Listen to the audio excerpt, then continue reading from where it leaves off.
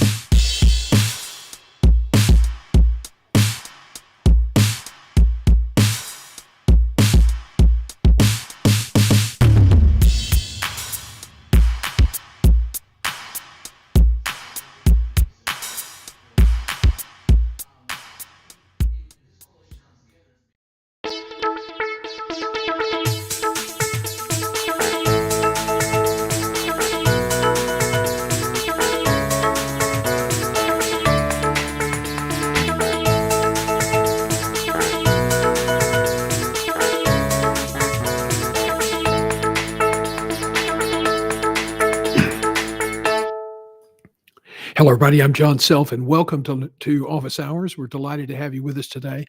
We're going to be talking about something I think that we kind of talk around all the time.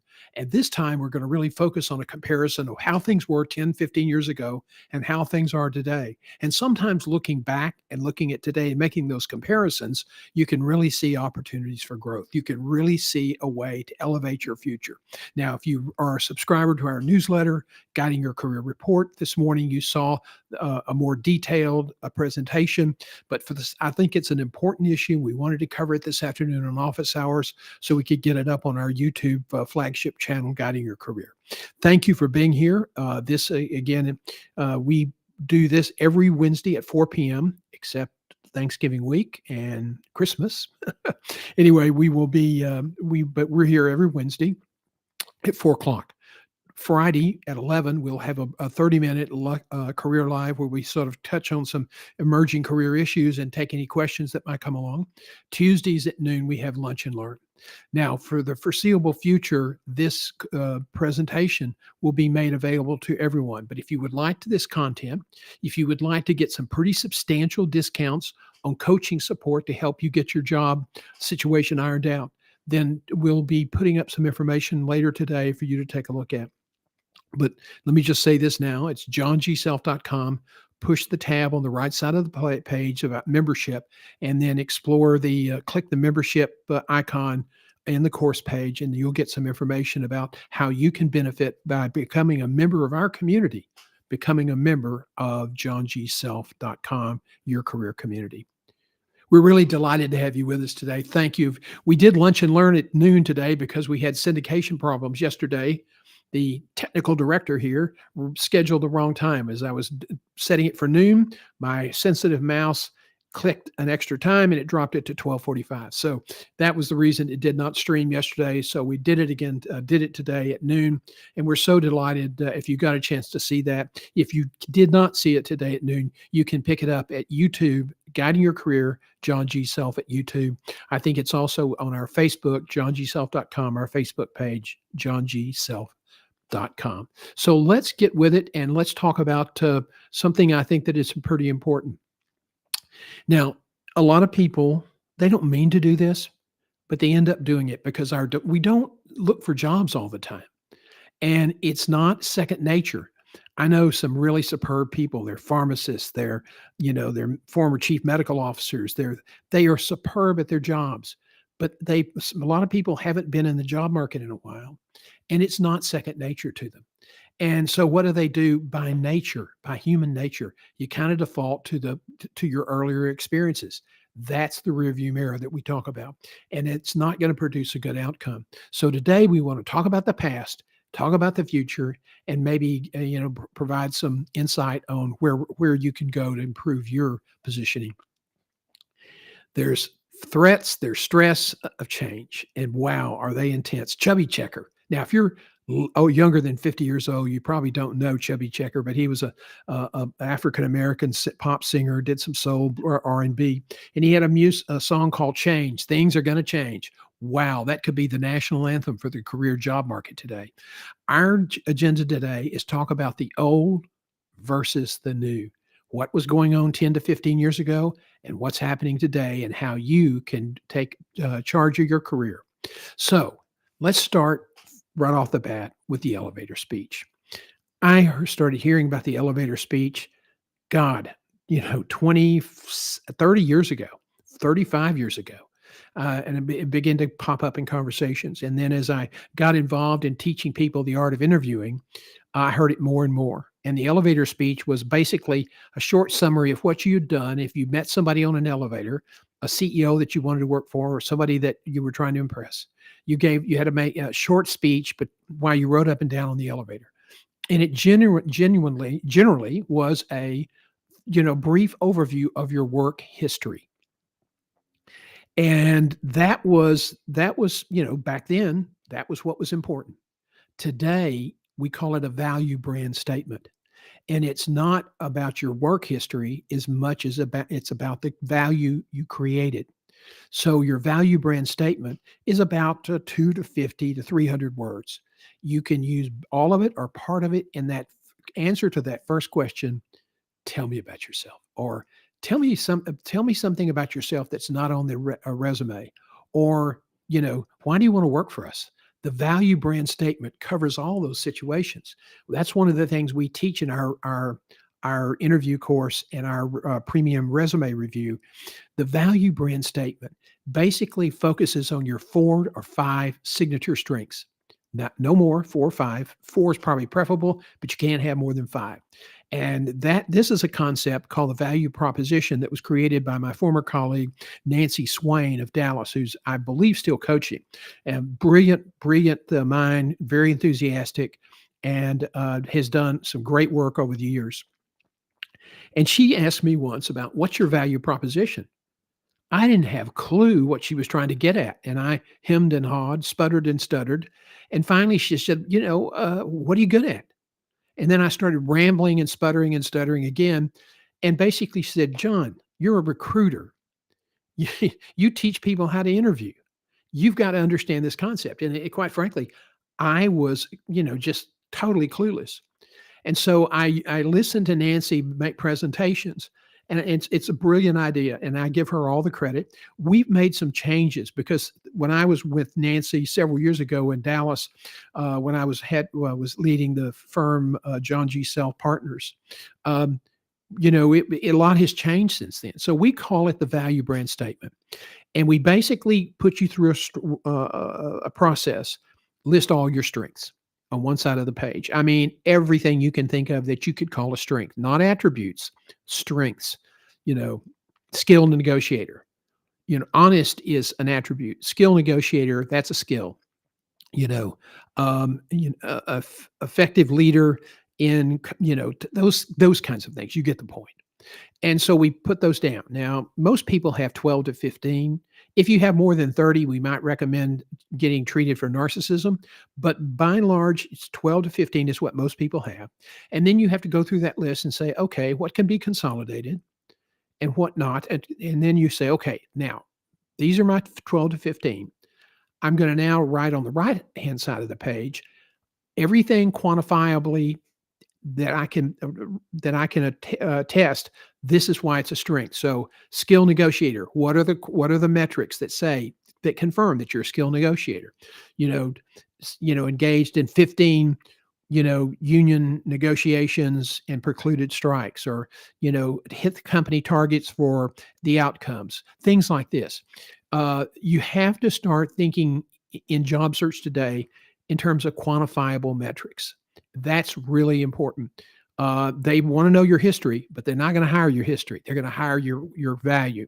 And so your value brand statement is about your values. It's about your strengths. And it's about, hey, why do you want to work here? When they ask you that, they don't want to hear your resume. They got that. Hopefully they've read it. Maybe not, but they should have. And your value brand statement basically is, here's who I am. And I'm here today because I'm interested in your organization, and I'm really interested in this position. And here's why. I do this, this, and this extremely well. I have a record of accomplishment and a record of producing value. You got to sell yourself. Now, when you use the word sell, some people go, nope, we're not there to sell. I'm a professional. I'm certified at this or that. And I understand that. So let's change the phrase. Let's just say you got to communicate and educate the hiring authority regarding your value, because that's what they want to hire. They want somebody who can come in and solve a problem or fill a need. And that you need to be able to communicate that. If you go in and just sit there and answer questions, that's not going to work. So on that note, let's go and finalize on value brand statement. It's a 250 to 300 word statement that you'll use bits and pieces of throughout most every interview you get involved with. It's not something you can just sit down and do at a quick dash, hitting a promise. You have to be very thoughtful. You have to be very, very intentional. And then when you write your value statement, you're probably going to write it 2 or 3 or 4 times. So it's something we help our clients do, and it's been very beneficial. Once Nancy Swain taught me about the value brand statement, her value proposition, I could almost tell candidates that understood that concept because they were more focused. Their resumes were more focused on their value. And they just delivered better information, better results in job interviews. So that's the case with the value brand statement. The elevator speech is old news. It's out of date. We're not interested as much what you've done or where you did it, when you did it. We're more interested in what can you do for us today. Okay. Now, resume, similar story. There's some parallels there. The resume used to be, it was a record, a history of your work experience. That's pretty much what it was. And people use dot points to define their scope of responsibility. And at one point, people were really interested in that. Okay, that's great. But we've kind of moved on. And companies now, a lot of companies have hired executives and they didn't work out. They didn't deliver the value. They didn't fit in. And so now companies are saying, look, where you've been is important, but really what is going to be a predictive indicator of your ability to succeed here is your past performance. What did you accomplish? What value did you generate? So that's what companies are listening for today. That's what companies want to see today. So your resume must reflect the value you've delivered. And if you want to, we still have a resume guide up that you can download for free. And it's not going to give you every detail you ever wanted, but it gives you a broad outline of what a good resume looks like and one that scans through ATS, although we'll talk about whether you should ever even waste your time with that in the future. But anyway, it gives you the information. The company, where did you work? Where is the company located? What did the company do? Then your title. Then what were you responsible for? How much were the budgets? How many people reported to you? What was the scope of the division? That's it. The dot points are for your quantitative value, the quantitative accomplishments, not scope of responsibility. I supervise 2,000 people. That's not an accomplishment. That's a scope of responsibility. Companies want to know that you've had that ability, but they're more interested in what did you do with those 2,000 people? Did you reduce turnover? Turnover, if you start figuring out the cost of turnover, and there's plenty of online research and journal research about the cost of turnover. If you reduce turnover by 25% out of 2,000 people, that's a big number when you start talking about savings. You're talking about millions and billions of dollars. That's what companies want to know. Did you increase sales? That's what companies want to know. Did you reduce expenses and improve the bottom line? That's what companies want to know. Did your customer satisfaction, did your employee satisfactions go up or down? That's what companies want to know. So this is all about quantifiable value. Now, I will tell you in interviews over the years, I would ask CEOs, tell me about your turnover rate, because I did a lot of work in healthcare and primarily provider side, big health systems, hospitals, and then community hospitals. And turnover is a legitimate expense. And a lot of companies act like it just doesn't exist. And we figured out in one company, the numbers just didn't add up. And so I started asking questions. And finally, somebody in the HR department, one of the managers said, John, they've got a 22% turnover rate in the OR. OR nurses are among the hardest to find. They're some of the best paid because it's a special skill. We figured out that based on their turnover for the last 18 months, that was probably a $15 to $17 million hit to their financial statements. And the CEO didn't even care about it because he was preoccupied with something else. That if you were on top of that issue and you fixed that issue, that is a flashing strobe light of success that companies are interested in. You know why? Anybody know what the current Gallup poll says about employee engagement in companies across the U.S.? It's not good. It's about 34%. That means more than 70% or almost 70% of the people working in America today are not engaged with their jobs. That is horrible. It's huge. And so if you can say, I raised employee engagement, I raised employee satisfaction, that is huge. But you got to sell that. You got to communicate that. You can't put it on your resume and hope that the hiring authority is going to look at it, read it, and get it right. You have to tell them. You can't just answer questions. And the resume is the same version. You can't put a bunch of scope of responsibility statements on there. You need to start saying, I reduced payroll. I reduced expenses. I increased sales. I improved employee satisfaction. I improved turnover. All of those things are important. All of those things. I delivered a construction project ahead of schedule, under budget. That's our own budget, own budget. That's an accomplishment because believe me, that doesn't happen every day. So this is really you really need to focus on value. Your history is important, but you could be a Harvard MBA and worked at some pretty great places and be a total dud in a certain company. If it's your accomplishments are going to tell them what you're capable of doing, and they're going to hire that. Okay. Now, when I was interviewing all those years, and I interviewed close to 9,000 people in my career, I would ask people, tell me, what was your employee turnover like? I don't remember. The worst thing you can say in a job interview. Gosh, don't do that to yourself. If they say, do your homework, and somebody says, well, I can't remember, it was 2 or 3 years ago. Okay, time out, full stop. There's something called a career journal. And if you don't start keeping a career journal and keeping those important accomplishments because you think you're going to remember all of it, trust me, the gray hair and my ability to remember stuff, they correspond, and it diminishes. As I grow older and wiser, I remember less and less about things that I've done in the specifics of things I've done in the past. I'm a career journal every morning. And if something goes wrong or if I'm upset about something, I try to write it down to kind of get it out of my system. But if something goes well, I try to write it down as well. And I bracket it. I may put a tab on the page to go back and refer to it. I know people who keep journals that have them back 20, 25 years. One of the great devotees of journaling is Matthew McConaughey, the actor. And he wrote a book called Green Lights based on all of his journals. And it's a marvelous book. You need to read it if you hadn't read it. It's a challenge to read based on the way they formatted it, but it's a remarkable book, and I encourage you to read it. But McConaughey said that one of the most beneficial things he's done in his life was keep a journal. Now, so the journal is a record of what you've accomplished. It's your thoughts on your performance. How could I have done better? Now, we're going to do a whole office hours on the art of journaling. Probably, I'm not sure when it's going to be scheduled, but that's something I've been thinking about we want to do.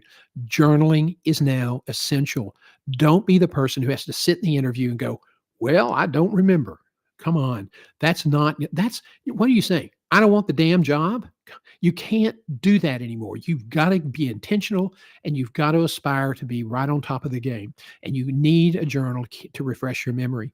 Because if you have to go back 4 or 5 years, let's just say 5 years ago, you did this big project and you were hugely successful. And now it may be an issue for this CEO job you want that's going to pay you the earth, and it's exactly what you've been working for all your life. But they're going to ask you a lot of specific questions about that experience since they're going through it right now. If you have that journal and you can go back and pick up important accomplishments, strategies, before and after comparisons, which are hugely powerful, then that is a incredible resource. So I can't stress to you enough. Start keeping a journal. If you're 60 years old, you're going to work 5 or 7 more years. Okay, you've already missed your chance probably. But if you're in your 30s or 40s, even 50s, and you're going to work 20 more years, keep a journal. Keep a journal. At least so you can track back 15 years, because that's what recruiters are going to be looking for. They don't usually go back further than 15 years, but that's kind of a cutoff point. So to help you plan. So watch for our office hours on journaling. It's really interesting concept. Rand Stajan in Dallas reminded me how important that was. As a newspaper reporter, I kept a diary, kept a journal, and then stopped doing it for a while. And I was in one of his workshops at SMU where he is a graduate, and he really lit my fire about journaling again. It is so important. So the resume is your history. It was your history of experience. Now it must be a reflection of your value. Document where you've worked, your experience, but you're really selling your value. Okay, now let's just talk about networking. Oh my gosh, the only thing that people do less than journaling is networking.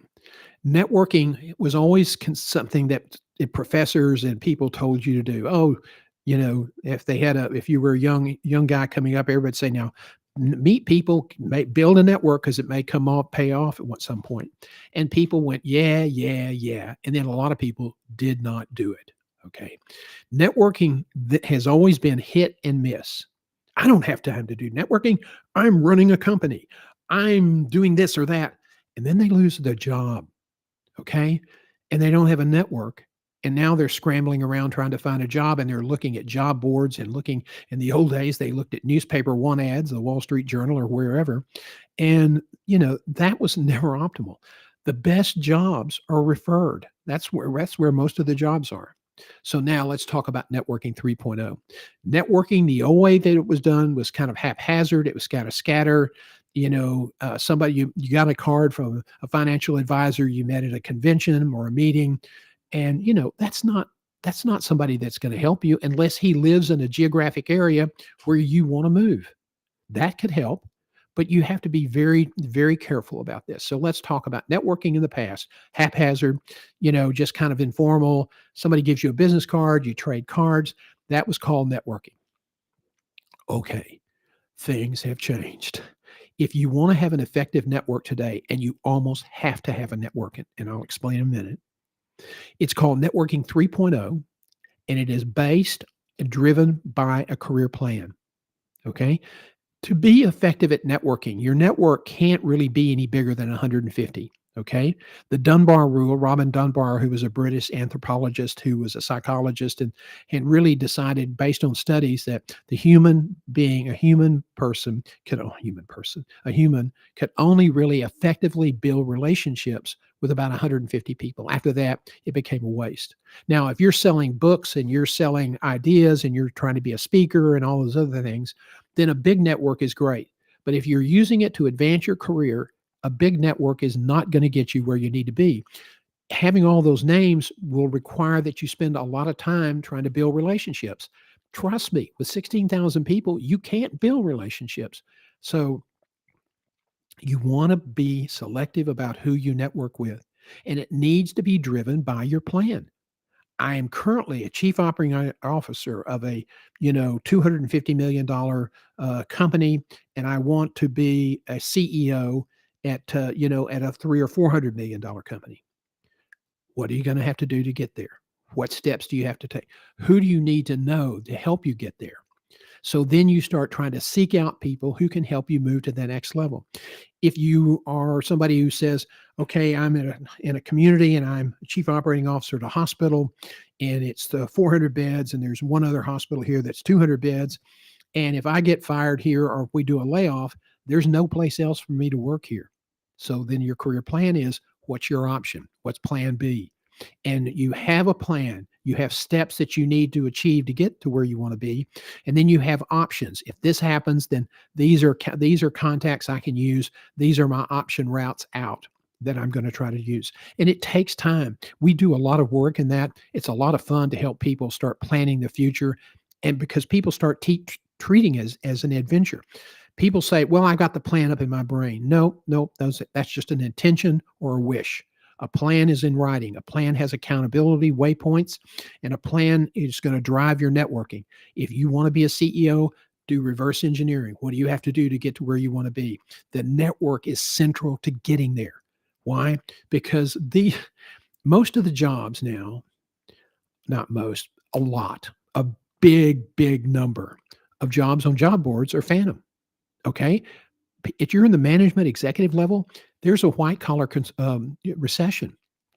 Companies are not hiring as many managers and executives as they used to. They still want to have a presence in the market. They want people to see their names, so they just leave those up there. They're not going to fill them. And people, they just get all these resumes and they just get thrown away.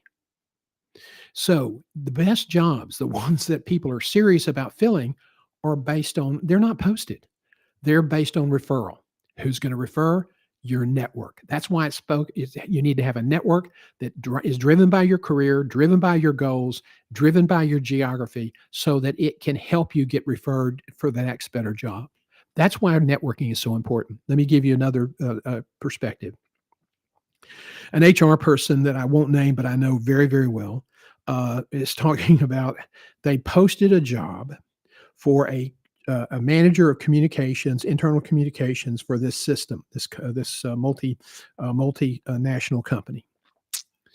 And it was not a bad job, but it was, it was a $150,000 job. Um, after it was posted for about 30 or 40 minutes, they had 200 people apply. By the next morning, they had 450 or 500 people applied. They couldn't process all those people, and so they just took the posting down, and then they had to plow through the resumes. And they said the resumes got maybe 20 seconds apiece in terms of a look. Does that person look like they qualified? No, trash can. Some companies use ATS, but ATS, has its limitations. And basically what companies are saying is, we don't want all these resumes, so we're going to stop putting our jobs up we'll go find the people we want. They used to hire recruiters for that. Now what they're saying is, we're going to use computers, not recruiters, computers, and we're going to go into LinkedIn and we're going to create an algorithm for this particular job we need to fill. And we're going to scan thousands and thousands of profiles within the next half hour or 2 hours. And we'll come back with 400 or 500 names. And then we'll send letters to those 400 or 500 names that say, this is what we're doing. This is our job overview. This is the compensation range. If you're interested, click the link at the bottom and submit your resume. Okay. The resume has to be value oriented. It has to be customized for that job. But now you have a portal that's not where everybody else is submitting. The only people that have that portal URL are the people that the computer selected. So there's still recruiters out there, using their Rolodex and making phone calls. That is fine, but the recruiters are going to get fewer and fewer jobs as the technology becomes more and more sophisticated. So networking is absolutely critical. If you don't do it, you might as well just say, I'm going to probably end up stepping back in my career. I can name 12 to 15 executives right now. Most of them are in late 50s, early 60s that retired prematurely because they didn't have a network and they got tired of getting turned down for jobs. And the people that got the jobs weren't necessarily, matter of fact, they weren't necessarily better qualified. They just had connections and they had contacts. If you are applying online, it's 200 or 300 to 1 odds. If somebody refers you, it's about 16 to 1. Not great odds, but it's a heck of a lot better. And if you've done a lot of work to build a relationship with the referral source, that gives you a distinct advantage. So networking is critical. Now, let's talk about LinkedIn. When I joined LinkedIn, I wasn't there when Reid Hoffman flipped the switch, okay, but I was standing on the front porch. They started in May 2003. I joined in January 2004. I have 16,000 members. And one reason I did that is, when you're a recruiter, everybody wants to love on you. But number two, I didn't understand what it was, and nobody did. So I had a very sophisticated networking strategy. If it moved, I shot it.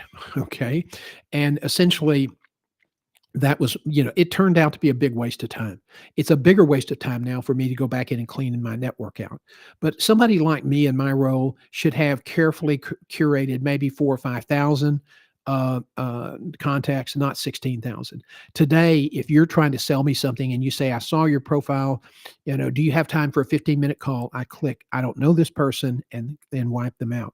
If it's somebody that might have criteria for who I'm going to network with today, and if they don't meet the criteria, I don't accept invitations. It doesn't have to just be my thought, but if they can't bring something to the table where I need it and I can then help them, it's not worth the effort. And you shouldn't do LinkedIn networking in that way. So LinkedIn started out, it was a novelty. People didn't know how to use it. And it was kind of a networking novelty thing. And a lot of people didn't want to get on it because they didn't want to look silly or stupid being too soon. Today, LinkedIn has over 1 billion members. Okay. Now, today, LinkedIn is also an essential branding site. Why is that? Because automated scanners that are doing sourcing, if you don't have a good, robust LinkedIn profile, you're not going to get picked. So you're basically now your point of entry for a job search within the next 3 to 5 years is going to depend largely on LinkedIn. It probably your LinkedIn profile will even take precedent over your resume. So your LinkedIn profile should also sell your value. If you just list your work sites, you're missing the boat. And so we help people with their LinkedIn branding. It's not rocket science. It really isn't. It is not really complicated, but it's not easy because you got to keep it up and you got to create periodically. You have to create organic content for it. If you are in the job market, you need to be prepared to post 4 or 5 times a week, because people who post more have more activity on their site. They attract more attention. And when you're looking for a job and there are 200 or 300 other people competing for you, you want to be the person that they look to because you're active. Okay, so that's LinkedIn. It's here to stay. Something else may come along, and that's entirely possible. Okay, but it's here to stay. So if you're not on it, get on it. If you need help with that, we'll be happy to help you. But there are a lot of people out there that can do that kind of work for you. Fiverr and some other platforms that are really economically oriented. But you need to have a LinkedIn profile, and it needs to be the hub of your online branding. What do you stand for? What are you trying to accomplish? What are your missions? What are your visions? What are your values? This is where people can see it, LinkedIn. Now, let's talk about personal websites. 15, 20 years ago, man, oh man, that was kind of cutting edge. I know 1 or 2 people that did it. I wasn't wild about it. I was doing executive search then. So, those white shoe executive search guys that think they're so important and so, more important than everybody else, we kind of turned our nose down at that. But let me tell you what I think about it today. It wasn't very widely used in the past because it was expensive, and it was a hassle to build a web page. Today, it's very, very easy. You have, GoDaddy, you have Wix, you have some other sites that you can build a website for, really nice, sexy website for not a lot of money. And it's becoming an important branding tool. Why? Because you can put videos and longer form organic content on your website and then promote it with your network. And that is going to be something you have to do. And people say, I don't have time for that. I've got my family and I've got my job. And okay, you don't have to do it. But let me tell you something. Don't whine and bitch and moan when somebody else that's not as dynamic or competent as you gets the job you wanted, because they were more aggressive at playing the game the way the rules are set today. Okay. It's not that a lot of people get jobs not because they're more qualified than somebody else. They may be as qualified, but they did the best job of communicating their brand regarding value. And the own website can do that. It's an important tool. Okay. YouTube video, originally created as a dating site. Excuse me.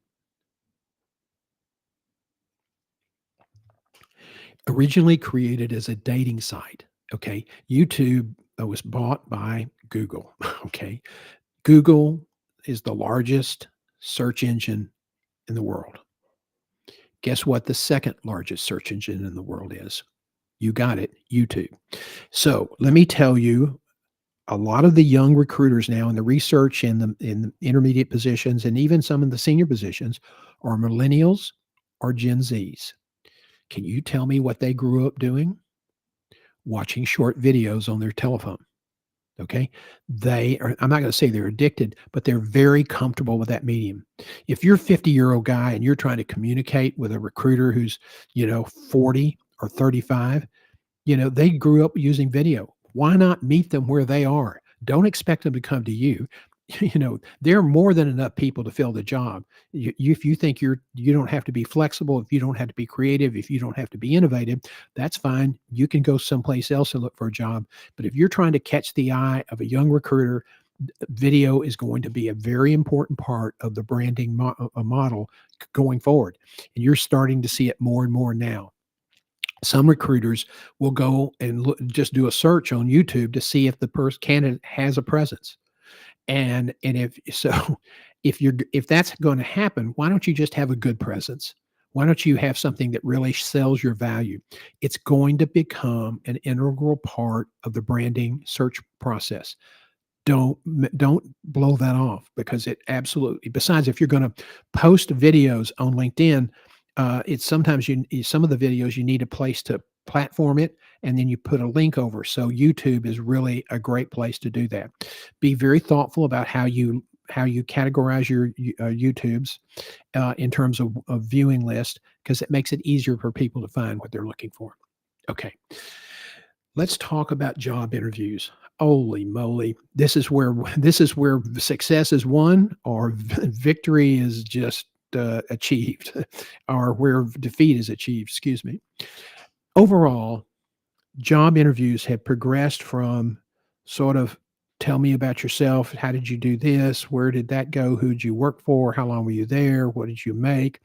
What was your scope of responsibility? Okay. Occasionally they might delve into what did you accomplish? Okay. But essentially, the job interviews were question and answer sessions. That's what they were. That is old school, and a lot of people still do it.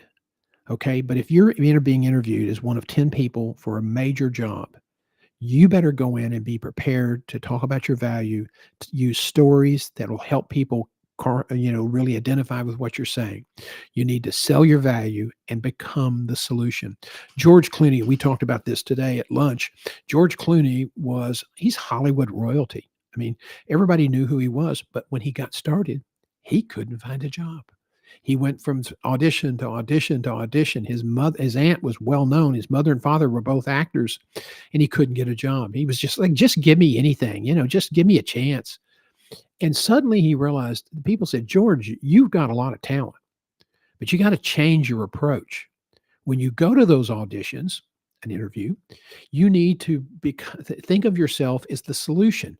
Listen to carefully what they want to do, and then play that role for them. Don't try to just go in and do a good job acting. Communicate with them. Connect with them. They've got a problem.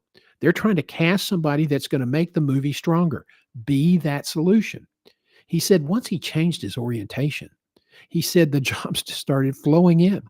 And the rest, as they say, is history. So George Clooney, he tells that story in presentations, that he changed his whole mindset from being just somebody grabbing for a job to being somebody who was the solution to solve their problem. That's an underlying truth in interviewing today. It's not about going in and answering questions. It's going in and communicating your value consistently. If you are the person that does the best job doing that, the chances are really, really, really, really great you'll get the job. If you go in and answer questions, the chances are almost certain you won't. Okay. Telephone interviews were used a lot, and they still are today. They were 20 to 30 minutes in the old days, and people, took them from home. If they had the day off, women talked about how they had a phone interview and they had their house coat on and their hair in rollers and all that jazz. Okay, tilt, that's not a good idea. And today it's increasingly vital. And the research shows that if you are dressed well, that it just helps lift you up and focus. If you know who you're talking to, and now that you have something called LinkedIn, you can go to their profile and make a copy and print a copy of their picture. The worst thing in the world is to try to communicate something and connect with somebody on a telephone when you're looking at the mouthpiece. Radio announcers, the really good ones, are the people that can have these great microphones that make their voice sound really good. I don't think there is a microphone that can make my voice sound that good. But anyway, they mastered the art of using this microphone and speak directly to people. Some of the great disc jockeys in the world, Dan Ingram, Ron Chapman at KVIL in Dallas, Dan Ingram, who started in Dallas at KBOX and was at WABC and one of the most respected DJs in the world, had an ability for people to think he was talking to them. And he was talking to hundreds of thousands of people, but that was their gift. And that is something that when on the telephone, you don't do it enough. You don't do it enough unless you're a telephone marketing person. You don't do it enough to really perfect that skill. So make a picture of the person from LinkedIn, the interviewer that you're going to be talking to, the hospital, the corporate person, whoever it is, the search firm person. Most of them have LinkedIn profiles. Copy a picture and talk to that picture while you're answering questions. Wear select sweater and a slacks. Don't come in and sit in your big Barca lounger and drink a beer while you're doing that. You may think that's clever, but I guarantee you people that sort of behavior, that sort of lackadaisical attitude seems to come across in telephone interviews. I know one person told me that, and I knew the recruiter, and I just said, "Would you, he told me he interviewed with you. Could you give me some feedback?" She said, "He didn't sound interested." Well, his possession was, I was really on it, man. I was sitting in my chair and I just come in from my workout and I was really on top of it. Not really. Sometimes we think we're hitting the nail on the head and we're not. We're hitting the nail on the head with a pair of pliers or a screwdriver. You have to take each one of these interviews as make or break time. So no hair rollers, no bathrobe, no t-shirts and holy gym pants and drinking a beer on the side. None of that.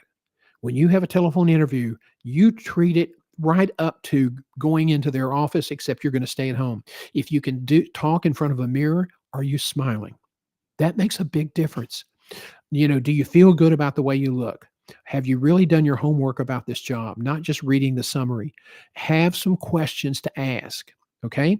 If they haven't published the salary range, say, well, as we move forward, this sounds really interesting. Could you share with me the salary compensation? Because I don't want to waste your time. And you want to say it in a way that is respectful of them. Some recruiters, the people, I'm sorry, I shouldn't say this, but the idiots in the industry, they won't tell you that because they hope if they like you and they know you make less, they won't tell you because they hope you'll get to the end and something will work out. I hate that phrase. I was hoping something would work out. Well, first of all, today, computers, they don't understand the concept something will work out. Secondly, you need to know that if they're not in their range or they can't get to your range, don't waste your time. Don't. And besides, anytime you start being recruited, there's always a chance. I mean, crazy stuff happens that your employer might find out that you're looking for a job. Now, some employers don't let it bother them. Some employers take it as a personal insult. So anytime you're looking for a job, you have to be very, very careful, very mindful of that. And don't start chasing jobs if you don't know that you're going to be interested. Okay. If they won't tell you the salary range, then stop. If they don't want to talk about the culture, stop. Don't waste your time. So the job interview is about you answering their questions, but you getting your questions answered. The telephone interview, that's where you start building your profile about this job. Every time you have another interview, you look at questions and you start asking more questions. It's sort of like the approach. That's interesting. Tell me more. Or what's the culture? They'll give you some short, brief answer. Oh, that's interesting. Tell me more. That's fascinating. Tell me more. Those are really good approaches to take. Telephone interviews, they're a pain, but you got to get past it. Okay. And you would think that more and more people with video would be using that instead of a telephone, but the telephone is still predominant in that first initial screening interview. I can tell you in about 3 to 5 years, you're going to have very, very clever voices that are basically avatars doing the screening interviews. And if you don't think that's possible, call a company that has a really good automated answering system. And at first, you may not even pick up that it is, but it's so lifelike, it's so real that you just kind of forget about it.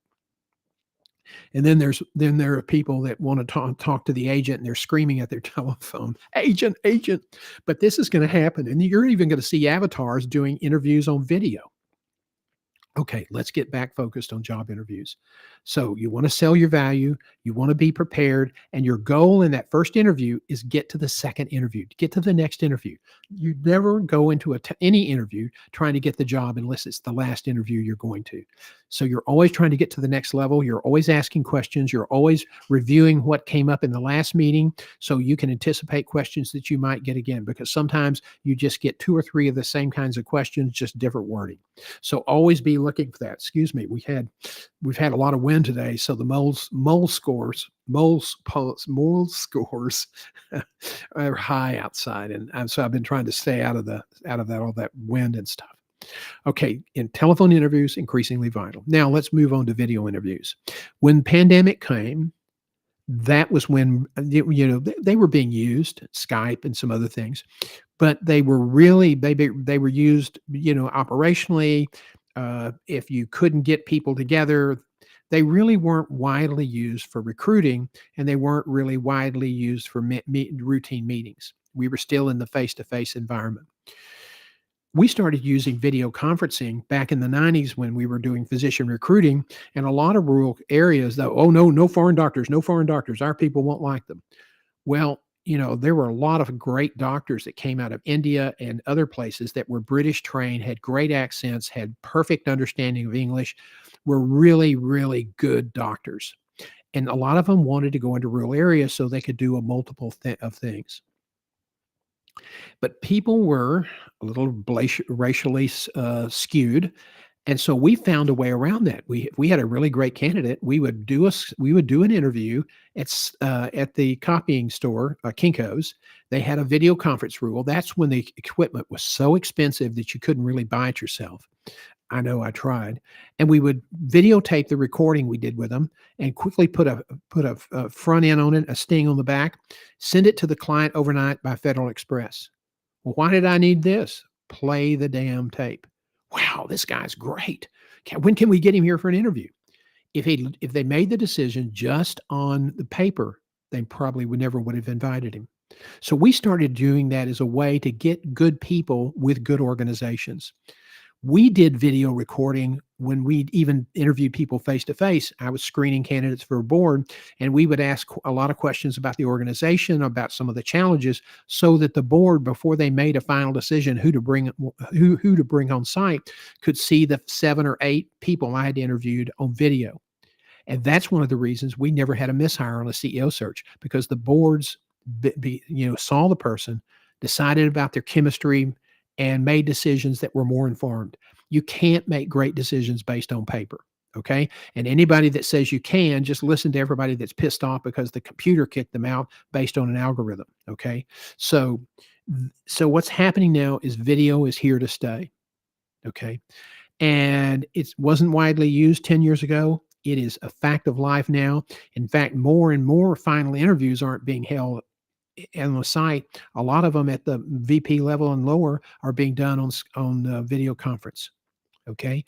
Now, when we first got started, when everybody started getting into the business during the pandemic, the first several months, the lighting was terrible, backlit, you couldn't see their face, bad sound. Nobody had any idea what they were doing. Okay. And I remember telling my colleague, I said, everybody needs to get their act together sooner than later, because as soon as the candidates start realizing that this reflects on their brand, their image, they're going to start cleaning up their act. And everybody did pretty quickly. And so we tell people now, if you're in the job market, okay, unless this is your last rodeo, get a really good halo light, not one of these little tiny things, but a big one. And, the kind that you can, if you have to travel, you can take it with you if possible, if you're driving in the car, because some executives that have regional responsibilities a lot of times have meetings on the road, and hotel rooms have the worst god-awful paint schemes for video in the history of the world. And so everybody used to tilt the light bulb before all this was available. That doesn't work. You've got to be well lit. You've got to have good microphones, and you can get a microphone like this little lapel microphone for less than $30, and it's really good quality. This is a Steinhausen German studio microphone, and because I'm using it all the time, and I had a Yeti, but it burned up, and so had to buy a new one. But I'm on this every day. So it's important for me to have a good microphone. I do a lot of videos, and I do a lot of interviews, and so it's important for me to have a good microphone. But you don't need a $3,000 studio microphone. You don't need a $500 halo light. You can get a good one that'll last you for the rest of your career for $175 with a good tripod stand. So you can go with it anywhere you need to, and use it to have a good quality presentation. And if you're being interviewed, you want to pay attention to the background. If you can blur the background, if you're using Zoom, Zoom has probably the best virtual background selections. So if you have a computer that has really good high speed, you can do virtual background so that you're not looking at stuff in the back.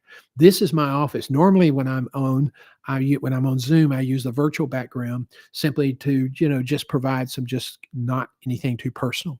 But you need to be careful what's in the background. You need to be careful with your writing. And if you're using a laptop or a telephone, You don't want it aiming up your neck like this, because what happens then is you get a very bad perspective. You see your fat neck. If you're an older person, you start gaining, filling out there, not gaining weight, but filling out. And women, that's the worst possible view that anybody can have. So get a stand. If you're using an iPad, get an iPad tripod with a clamp so you can put the iPod at your eye level, not where you're looking down or not where you're having to look up. Look at the guy, the little green light. That's the eye of the recruiter. That's where you want to look. And I struggle with that too, but that's where you want to be looking. And so you have to pay attention in video conferencing today. You have to pay attention to the production quality, good microphone, good lights, and good camera angle. Don't show it up at the ceiling. Don't show your ceiling fan. We don't want to see the water spots in your ceiling. Make it, and be careful what's in the background. Don't look like one guy was always talked to me in his kitchen, and the guy, I don't know if he ever cleaned his kitchen or not. It was a different client, but gosh, I mean, if I were an employer looking at that, I'd kind of want to know, holy cow, if people are going to pay attention to your fingernails and your shine, whether your shoes are shined, they're going to pay attention to how junky your house is too. I hate to tell you. So you want to pay attention. If you take a break in an interview, always turn off the camera, always turn off the mic, and never stand up, especially if you're wearing shorts. Okay. Turn off the camera, turn off the mic. I have a very good story, but I won't tell it today because, well, I'm just not going to, but it's hysterical. That's what somebody did in a job interview. Video interviews are here to stay. And it's important that you understand the maximum production quality, that you have good lights, good background, good volume, and you're not tilting up. If you got a laptop, don't tilt the screen. If you always wanted to know what the coffee table books were for, get if you have 10 or 12 of them, stack them up and put your computer on top of it. There's a great picture of Stephanie Ruhle in her home during the pandemic. She's an MSNBC person sitting in her hallway getting ready to do a live. She was a big bond trader at one point, so she did sit cut-ins for for CNBC, the business channel, and that's what she was doing one day. And and there was a piano seat, one of those big boxes, for the storage boxes, and then 6 or 8 of her coffee table books, and then her Apple computer was on top. She had a big halo light setting in her hallway with a stool. So it's just important. People say, why is that all important? Look, your presence, how you come across, it's important. Okay, video interviews are going to be here to stay. You got to really figure that out. Face to face, really in the past they focused on, are you a fit? Now it's all about building trust, establishing value, and closing the deal. And people say, well, I feel uncomfortable with that. Well, get comfortable. If you need help, that's what we're here for. I mean, we teach a whole course in that. I had a client when I was early on, and he just had he had been very successful doing 4 or 5 things and found a job opportunity, and they were really interested in him, and it was going to be a better job than the one he had. And he went to the final interview. He was the favored candidate, and he didn't get the job. And I said, why? Didn't you remind them about your all those things that you had done and how successful you had been at in terms of being successful, those challenges they were facing? No. Well, why? Well, it's in my resume. I thought they'd read it. Okay. You have to close the deal. Do you know how many times in my 27 years of executive search, somebody said, John, clearly I've had the experience for this position. These people seem like that we really align well on values. This seems like a great community, and I'm extremely interested in this position. I don't want to leave without you knowing that. But more important, their 4 or 5 challenges appear to be, and then he summarized them, and he was spot on. And he said, let me tell you, I want to remind you, I've done this, this, this, and this, and I've been successful in every case in very different organizations with very different cultures. I know how to adapt, and I know how to get things done. That's great. But I never had anybody say, if your client selects me, I guarantee you that I'll get the job done, and it'll be done the right way, in a way that's good for the company and the community. Nobody ever said that. That's the ultimate close. So we teach people how to do a close without sounding like a big, arrogant ego person. Okay. So these are things that have changed, and they're really major issues. I want to talk about a couple of things we're doing right now with our Guiding Your Career courses. We do a resume review, and this is something that's very, very common now. People want some help with this. Resume writers will say, "Don't worry, I've optimized your keywords for the industry." No such thing. If you're applying online, they've got to be optimized for the specific job that you're applying for. So in the resume review, we first of all we ask you to send us your resume. Then we review it, and then we conduct a research interview. We want to discover your hidden value. We want to sit down with you and really dig into what you did, where you did it, and how successful were you? What were the before and after comparisons? Really push you to get as much information as we can. We do that on Zoom. You get a copy of that video. Then we do a revision of your resume, and we try to add your value. After that, we do a follow-up Zoom conference and talk about the ins and outs of keywords and putting the formatting together. We talk about resume customization tips. We do final revisions, and we complete. Now, your formatting is important. You can download a free resume guide at johngself.com. Click the right button on the website, and it'll take you to the Guiding Your Career page. And on that page, you'll find a icon that allows you to download our resume guide. And that's really, really important. And I will talk to you about pricing on that in just a moment. The Mastering the Art of the Job Interview. I've been teaching job interviewing courses for 14, 15 years. I've worked all over the country, and I've done probably more interviews than most interview coaches do. It's an 8-week course. They're all live one-on-one coaching sessions, just like the resume review. We will have recorded courses for research and kind of reflection, but everything we do now with new clients, it's all live one-on-one coaching on Zoom. In the interview course, you'll have 5 mock interviews with feedback and coaching. We'll help you develop your brand statement. We'll help you with a research interview, do the research interview to find stories that you can use to emphasize your value. People remember stories. And then we'll go through multiple rehearsal sessions. I've yet to meet a person in my entire life in newspapering, in management, business development, and marketing, and international recruiting that didn't have an interesting story to tell. So if you're struggling with that concept, reach out because we can help you. Now, this is all time-intensive stuff. So the enrollment, we have a thing called Your Career Community. It's a subscription membership program. It's $250 to join, and you pay $79 a month. But you get 40% on all of our courses. So let's talk about what does that mean. Our resume review, premium resume review, is $450. If you're a member, you pay $288. If you want to take the Master the Art of the Job interview, non-members, it's $1,425 because that's a lot of time we spend together. If you're a member, it's $855. Now, I know, at some point it's a lot of time, and we try not to talk about time. We try to talk about the value we're delivering. But at some point it gets down to how much time we're going to spend with you.